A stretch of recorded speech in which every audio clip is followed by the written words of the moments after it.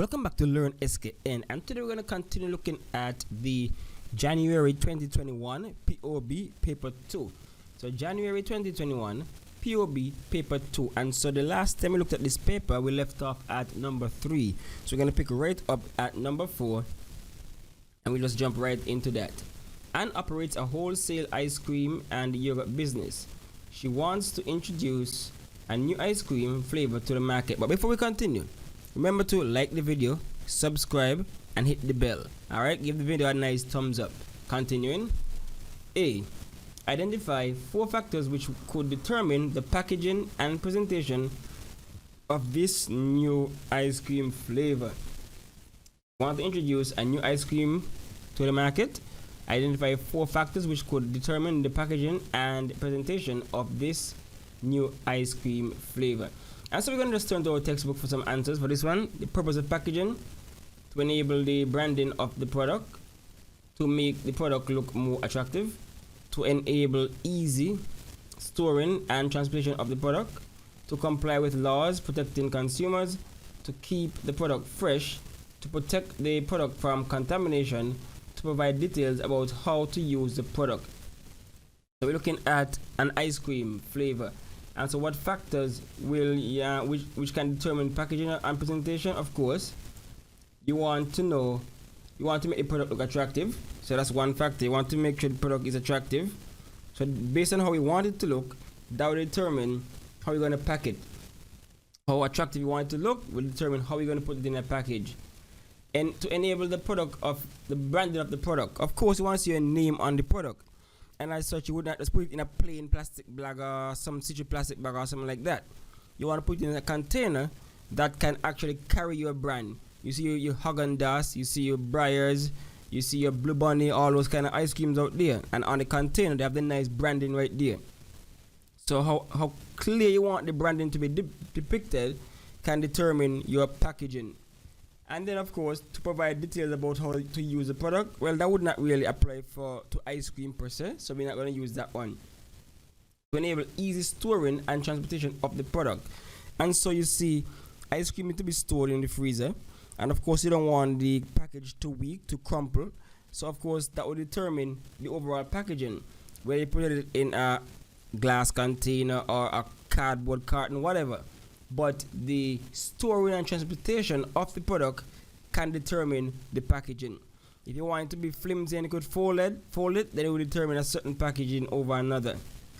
To comply with the laws protecting consumers, of course, you want to make sure your packaging is sealed, cannot easily be tampered with, has all the nutritional facts and things like that according to what the law says. Of course, to keep the product fresh, you want that. You want good packaging to keep the product fresh, and as such, you put it in a nice container, you seal it, airtight, and you got a good fresh container to keep it fresh. And of course, to protect it from contamination, ice cream, very fragile. So again, that will determine how you package your ice cream, because you want to protect it from contamination. And of course, we know that one of the main reasons, 2 of the main reasons for packaging to begin with is to protect and to inform, and also to attract.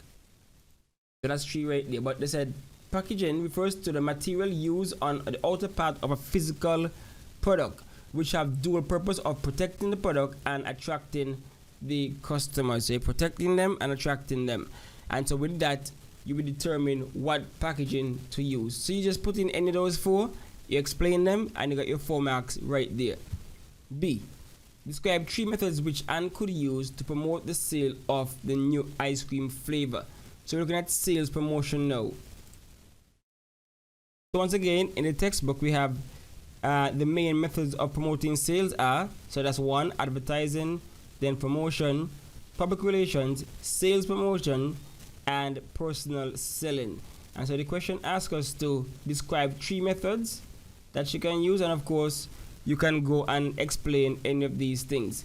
So advertising, function of advertising, there are 7 main functions of advertising, and we have provide information so that the customer know about your good or service, but in this case the ice cream, so you provide information about the ice cream and you help it to compare it against others.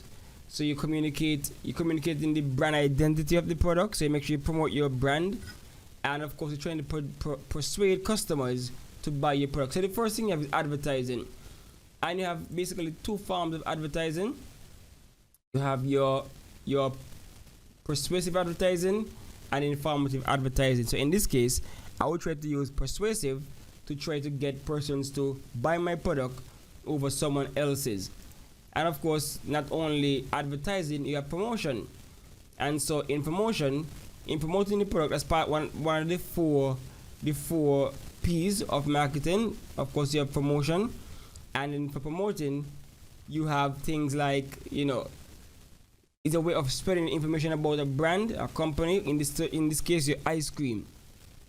And so you can do things like coupons and loyalty points and rebates and bundling one ice cream with the next flavor, things like that. So that's where promotions come into play. And then of course, apart from promotion, the actual tree, you also have things like public relations, PR. So you go and make sure you put a good spin on your company, on your product. You may want to maybe sponsor something, whatever ice cream presents, that kind of thing. So public relations involve managing the flow of information from an organization to its public in order to build a reputation as a company and its brand.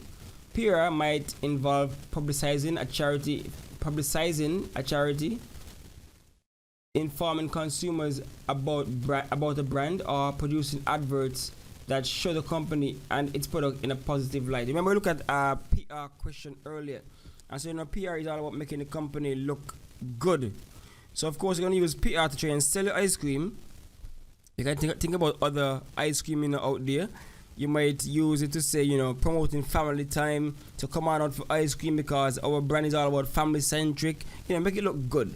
So that's why PR is all about, putting a nice positive spin on your product, your company.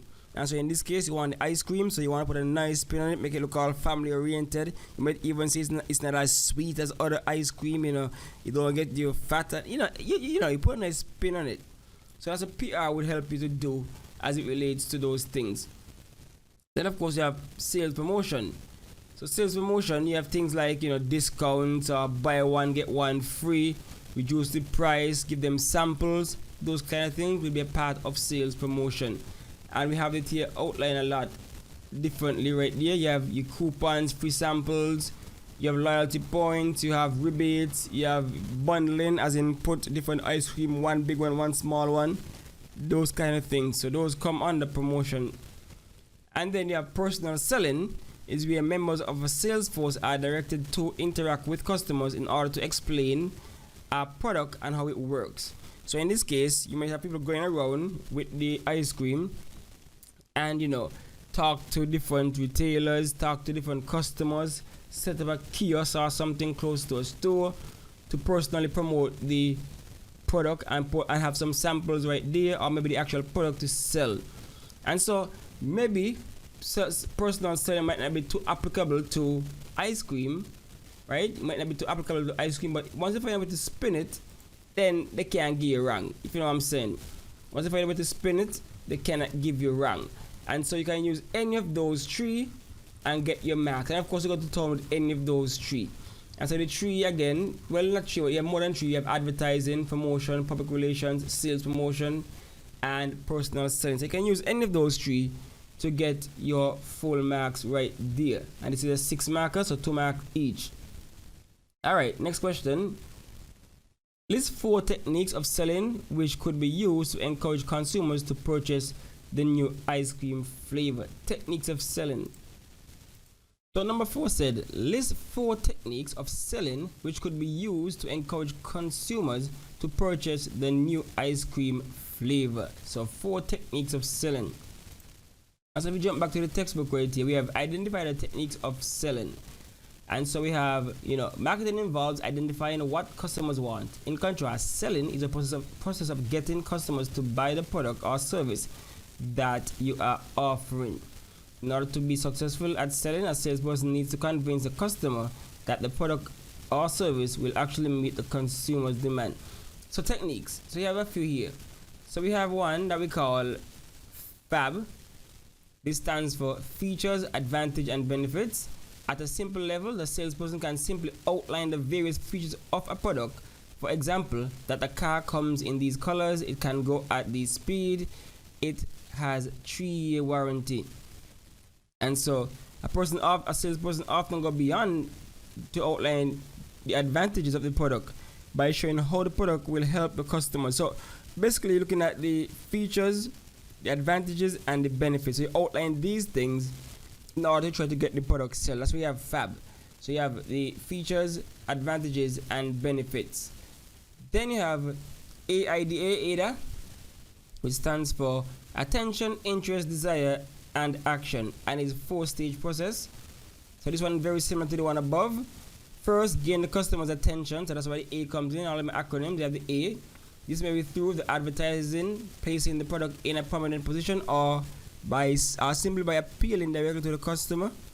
Then you have next, win the customer's interest. So that's where the I comes in, the interest, by providing interesting and information about the product and what it can do. Then you have the D, where you then create a desire for the product. So you're building up all the time, you're building up a desire for the product in the consumer. Here you are persuading them that your product provides them with the benefits they are looking for. And then the last one would be, of course, take action. Here the customer follows through and makes purchase so that you can complete the sale. So we have FAB, AIDA, and then you have closing techniques. There are a number of techniques for closing a sale. Direct close, when the salesperson feels that the customer is ready to buy, they simply close the deal. Time limited closure, the salesperson gives the consumer a set period of time to make the purchase. And then you have incentive based closure. The seller offers a reduction or discount if the consumer agrees to make a purchase. Then of course you can also use merchandising to try to convince or promote persons to buy your item. Merchandising is a way in which the product are arranged in a physical or online store to maximize sale. Advertising and other promotional techniques bring customers into a store or to a website. The objective of merchandising is then to complete the sales. You can use merchandising. And then you have adjusting of pricing policies. The price charged for a product is a key influencer of whether sales are made. Price needs to be set at a pricing point that is acceptable to the customers. So what it's saying is that you have to adjust the price to match the customers. You have to charge a decent price that customers agree upon in order for you to close that sale. If it's too expensive, they might not buy it. If it's too low, they might say it's cheap and still not buy it. So you need a price that's within that sweet spot.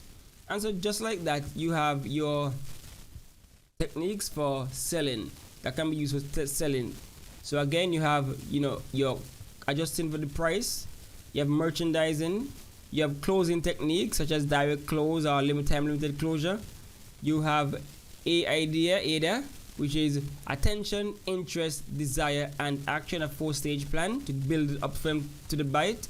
And then you have FAB, which stands for feature, advantages, and benefits, where you just outline the features, the advantages, and the benefits of the product that you're selling. In this case, the ice cream. So you outline the features, maybe the flavor, the advantage, maybe it's richer, the benefits, maybe it's less sugar, things like that.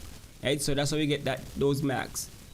Then this last 6 marker for number 4, explain 2 terms of sales which Anne may use to encourage other businesses to purchase the new ice cream flavor.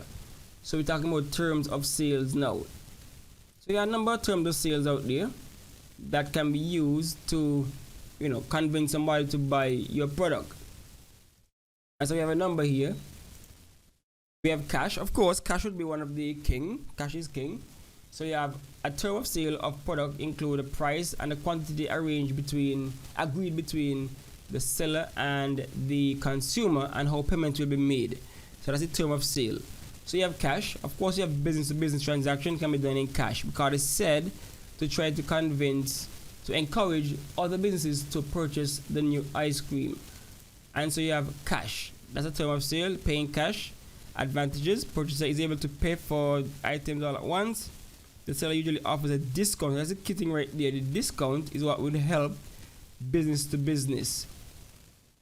Right, so the business come and say, okay, give me cash, you offer a discount, and That's one of the advantages you'll get by doing that. It is easy for the purchaser to stick to a budget when planning to pay via cash. So you outline to the businesses exactly how much you want, so they can budget that and they are good to go. And of course, you have credit. You can sell to businesses on credit, where you give them the product, and probably when they sell the product, you get your pay, or after a certain time has passed, you get your pay for the ice cream. So the cash price of the product is broken up into several payments, usually over a period of less than 1 year. The seller then makes monthly payment until the cost is paid. So you can pay on credit. That's the next way you can approach different businesses. Hire purchase, not so much, because business to business don't really do the hire purchase thing like that. And next key thing is this one is consignment. This one is a big one between businesses. This is a trade agreement made between businesses, so that's a big one right there, consignment. The seller, the consignor, sells product to the purchaser, the consignee, who pays only for the items that they sell. After a certain time period, the seller takes back any item remain unsold. So what they're saying is that the purchaser isn't really responsible in a sense. This is how bakery operate and things like that. You take your bread to the bakery as a baker. Not to the bakery, to the supermarket. That's how bakery and supermarkets kind of link. So this bakery takes the bread to the supermarket, and what is sold you get paid for. What is not sold you take back. And so that's why we have the consignment right there. Then you have cash and trade discounts, of course. That's the next business to business right there. And this refers to the trade agreement between businesses. It is a discount on the published price for the product. Trade discounts are based on consumer loyalty and trade relationships over time. And so you have, these are the two big ones right here that could relate mostly to business transactions. Because remember this saying here, you want to encourage other businesses to purchase the new ice cream flavor. So it's business to business, B2B. And so the two best ones here would be consignment and cash and trade discount. And you explain what they are, and you can give some benefits of each. Like for example, benefit of consignment, the seller remains the owner of the goods until they are paid for in full. So you sell the ice cream, they are yours until they are paid for in full. The business saves money for inventory as it does not have to purchase the stock for sale. So you can list this, define consignment, and then give the advantages so that you can encourage persons to buy it. Businesses to buy it. Same way with cash and trade discount. You give the definition, some benefits, small businesses, some benefits, the small business owner who is able to save money over time to invest elsewhere. So you list out some of these advantages along with the explanation of what they are, and you should be able to get your full marks for that one. Right? So layaway don't really apply because it don't really go business to business per se. Hire purchase don't really apply. Credit should apply, and cash could apply. And so you give the term of sale, and then you give some advantages to try to encourage the businesses to buy from you, right? And just like that, you got your 6 marks, right? Just like that, you got your 6 marks. All right. So that's it for this video. Next time we're gonna be looking at number 5 and the last one for the January 2021 paper for POB. Right, so stay tuned for that one. And again, like the video, and give it a thumbs up, and smash the like button so that Google can spread, or YouTube can spread the algorithm so that others know what's going on with the past papers and things like that. All right, so thanks for watching, thanks for listening.